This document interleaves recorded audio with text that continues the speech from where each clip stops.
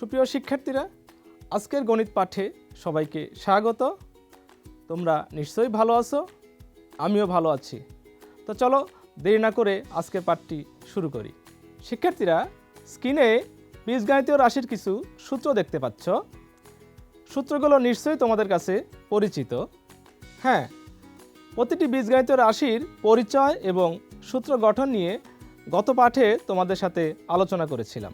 তোমরা জানো, গণিত পাঠ সহজীকরণ এবং দ্রুততার সাথে হিসাব নিকাশ করতে সূত্র গঠন এবং সূত্র প্রয়োগ করে খুব দ্রুততার সাথে হিসাব নিকাশ করা সম্ভব। তাহলে নিশ্চয়ই তোমরা বুঝতে পারছো আজকের পাঠের আলোচ্য বিষয়বস্তু।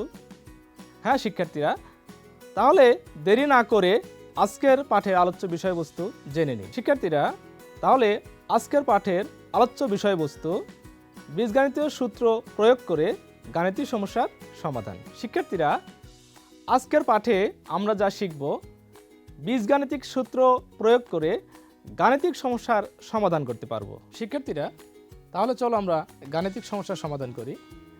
গাণিতিক সমস্যা 1, মিতা একটি কাজ 10 দিনে করতে পারে, রিতা সেই কাজটি 15 দিনে করতে পারে। তারা একত্রে কাজটি শেষ করতে কত দিন লাগবে? অর্থাৎ রিতা এবং মিতা তারা যদি একত্রে কাজটি করতে চায় তাহলে কত দিনে শেষ করতে পারবে? প্রশ্নে প্রদত্ত মিতা কাজটি করে 10 দিনে এবং রিতা কাজটি করে 15 দিনে, এটা আমাদের প্রশ্নে আছে। মনে করি তারা একত্রে অর্থাৎ রিতা এবং মিতা একসাথে যদি কাজটি করতে পারে তাহলে ডি দিনে শেষ করতে পারবে। সুতরাং মিতা ডি দিনে শেষ করে কাজটির d/10 অংশ এবং রিতা ডি দিনে শেষ করে কাজটির d/15 অংশ। সম্পূর্ণ কাজ ইকুয়াল 1। প্রশ্ন মতে রিতার কাজ এবং মিতার কাজ একত্রে করলে সম্পূর্ণ কাজ হয়। সুতরাং রিতার কাজের অংশ প্লাস মিতার কাজের অংশ ইকুয়াল সম্পূর্ণ কাজ মানে 1। আমরা যদি এটাকে লসাগু করি, 10 এবং 15 এর লসাগু 30। লসাগুর প্রক্রিয়া থেকে আমরা জানি এখানে 3d প্লাস 2d ইকুয়াল 10, বা 3d এবং 2d প্লাস করলে 5d/30 ইকুয়াল 1, বা 5d ইকুয়াল 30। কেন? 30 এবং 1 যদি আমরা গুণ করি তাহলে 5d ইকুয়াল 30। সুতরাং d ইকুয়াল 6। কেন? আমরা 30কে যদি 5 দিয়ে ভাগ করি তাহলে কত হয়? 6 হয়। তাহলে আমাদের এখানে আমরা মনে করেছিলাম তারা একত্রে ডি দিনে কাজটি শেষ করতে পারবে। আমরা ডি এর মান পেয়েছি, সুতরাং এ কথা বলতে পারি যে তারা একত্রে 6 দিনে কাজটি শেষ করতে পারবে। আমাদের প্রশ্নে তাই চাওয়া হয়েছিল তারা একত্রে কত দিনে কাজটি শেষ করতে পারবে। তারা একত্রে অর্থাৎ রিতা এবং মিতা যদি একত্রে কাজটি শুরু করে তাহলে 6 দিনে কাজটি শেষ করতে পারবে।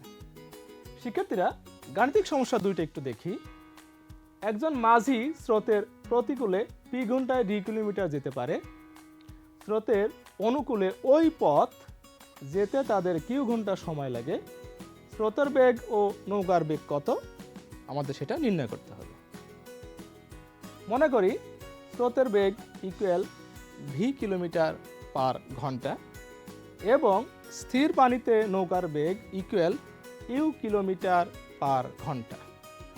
তাহলে স্রোতের অনুকূলে নৌকার কার্যকরী বেগ হবে U plus V kilometre per ঘন্টা।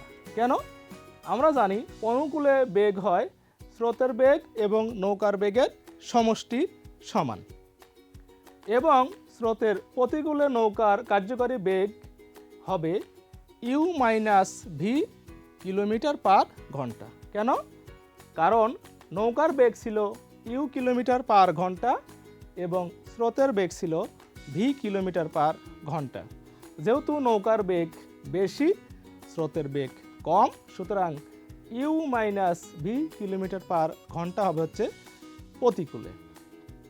প্রশ্নানুসারে u minus v equal d/p, কারণ বলা হয়েছিল যে প্রতিকূলে ই কিলোমিটার যায় হচ্ছে পি ঘন্টায়।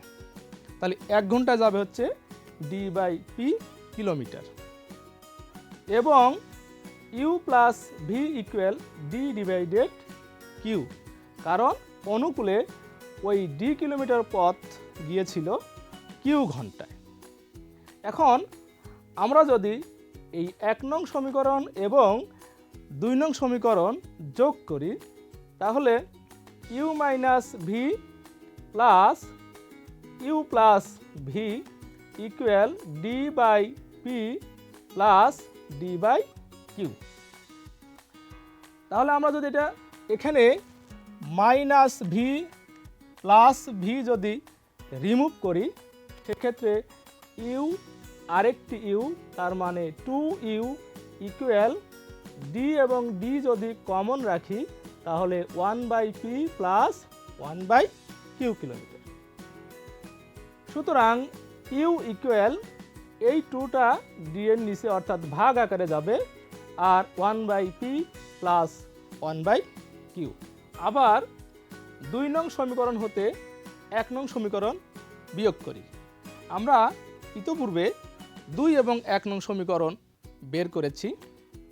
তাহলে 2 নং সমীকরণ ছিল u প্লাস ভি, যেহেতু বিয়োগ করব মাইনাস 1 নং সমীকরণে ছিল u মাইনাস ভি।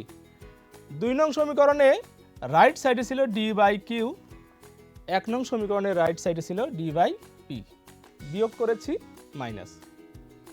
এখন যদি আমরা ফার্স্ট ব্র্যাকেট উঠিয়ে দেই, সেক্ষেত্রে মাইনাস ইউ এবং মাইনাস আর মাইনাসে প্লাস ভি, এপাশে d/q মাইনাস d/p।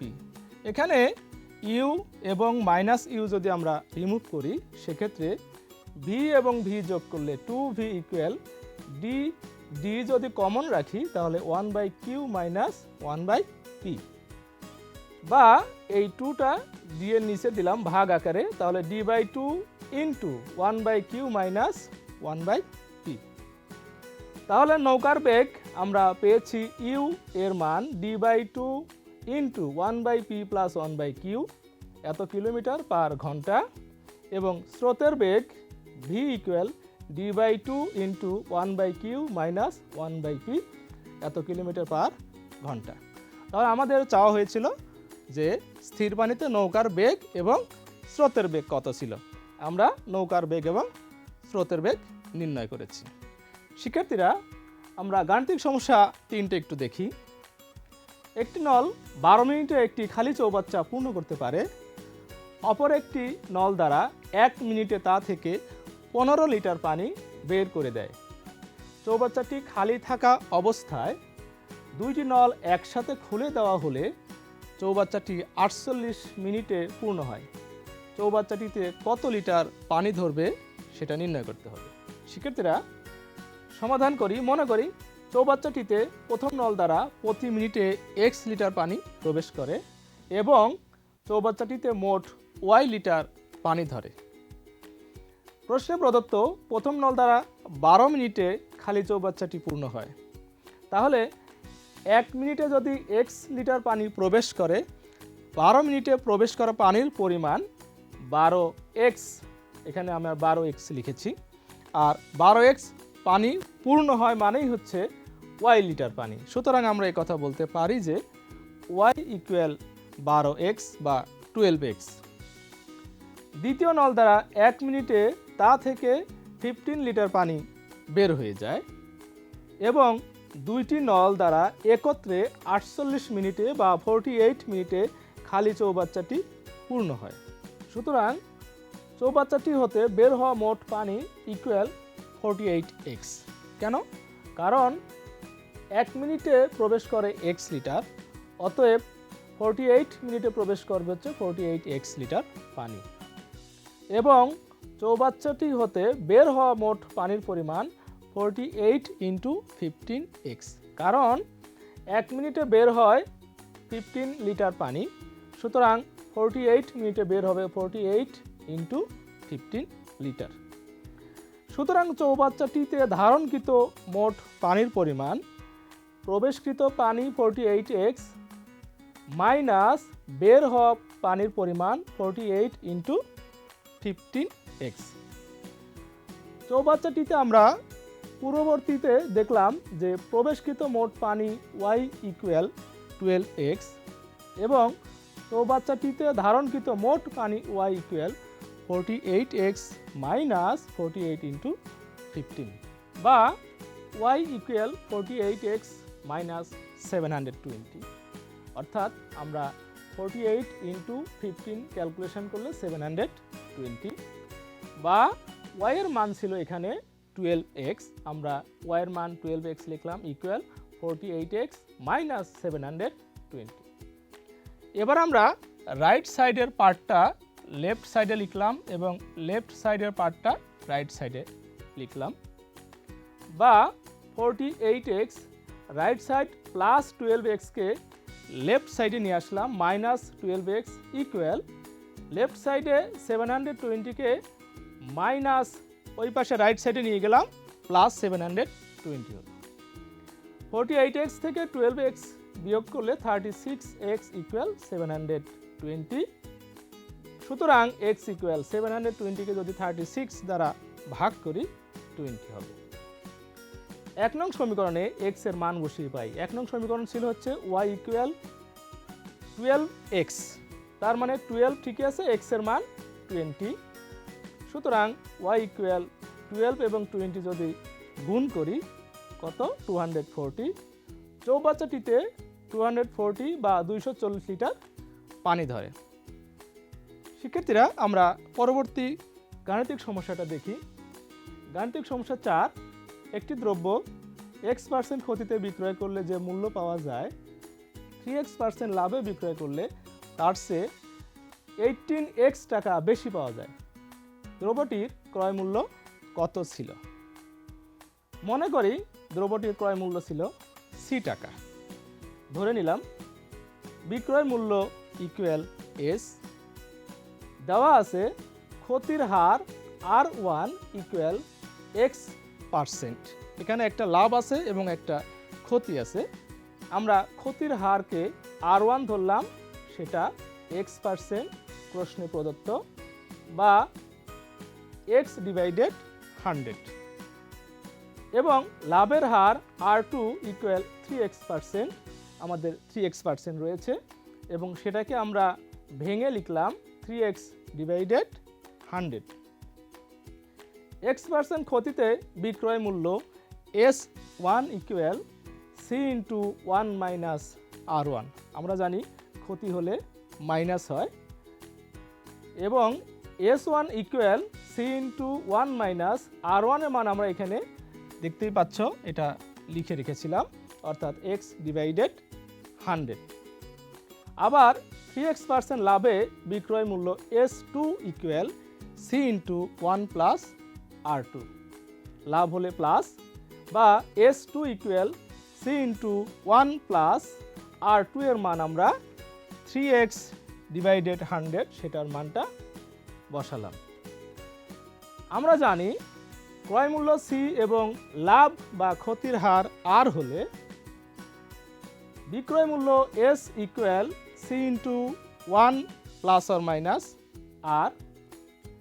আমরা জানি লাভ হলে প্লাস, ক্ষতি হলে মাইনাস। প্রশ্ন মতে দুই বিক্রয় মূল্যের পার্থক্য হবে 18x বা 18x টাকা। তাহলে S2 এর মান আমরা পেয়েছিলাম C into 1 plus 3x divided 100 minus S1 এর মান আমরা পেয়েছিলাম C into 1 minus x divided 100। তাহলে আমরা এখান থেকে যদি C এবং C কমন রাখি তাহলে 1 plus 3x divided 100 minus 1, C যেহেতু কমন রেখেছি মাইনাস এবং মাইনাসে প্লাস x ডিভাইডেড 100, রাইট সাইডে 18x যাচ্ছিল বা C ইন্টু আমরা এখানে 1 এবং মাইনাস 1কে রিমুভ করলাম, তাহলে 3x divided 100 plus x divided 100 equal 18x। এখানে আমরা যদি 100 এবং 100 এর লসাগু 100, তার মানে 3x plus x equal 18x বা C ইন্টু 3x এবং x প্লাস করলে 4x ডিভাইডেড 100 ইকুয়াল 18x, বা c ইকুয়াল 18x। আমরা 4x বাই 100কে রাইট সাইডে নিয়ে গেলে উল্টে যাবে, অর্থাৎ 100 ডিভাইডেড 4x। এখানে আমরা x এবং xটাকে যদি রিমুভ করি, ক্যালকুলেশন করলে c এর মান দাঁড়াবে হচ্ছে 450 টাকা, অর্থাৎ দ্রব্যটি ক্রয় মূল্য 450 বা 450 টাকা ছিল। প্রিয় শিক্ষার্থীরা, আজকের পাঠ শেষে আমরা যা শিখলাম তা এক নজর দেখে নিই। একটি দ্রব্যের ক্রয় মূল্য c, বিক্রয় মূল্য s এবং লাভ বা ক্ষতির শতকরা হার r হলে বিক্রয় মূল্য s equal c into 1 plus or minus r, স্রোতের বেগ ঘন্টায় v কিলোমিটার এবং স্থির পানিতে নৌকার বেগ ঘন্টায় u কিলোমিটার হলে স্রোতের অনুকূলে নৌকার কার্যকরী বেগ ঘন্টায় u প্লাস v কিলোমিটার এবং স্রোতের প্রতিকূলে নৌকার কার্যকরী বেগ ঘন্টায় u মাইনাস v কিলোমিটার। সুপ্রিয় শিক্ষার্থীরা, আজ তাহলে এ পর্যন্তই। পরবর্তী পাঠের আমন্ত্রণ রইল। সে পর্যন্ত সবাই ভালো থেকো, সুস্থ থেকো, নিরাপদে থেকো।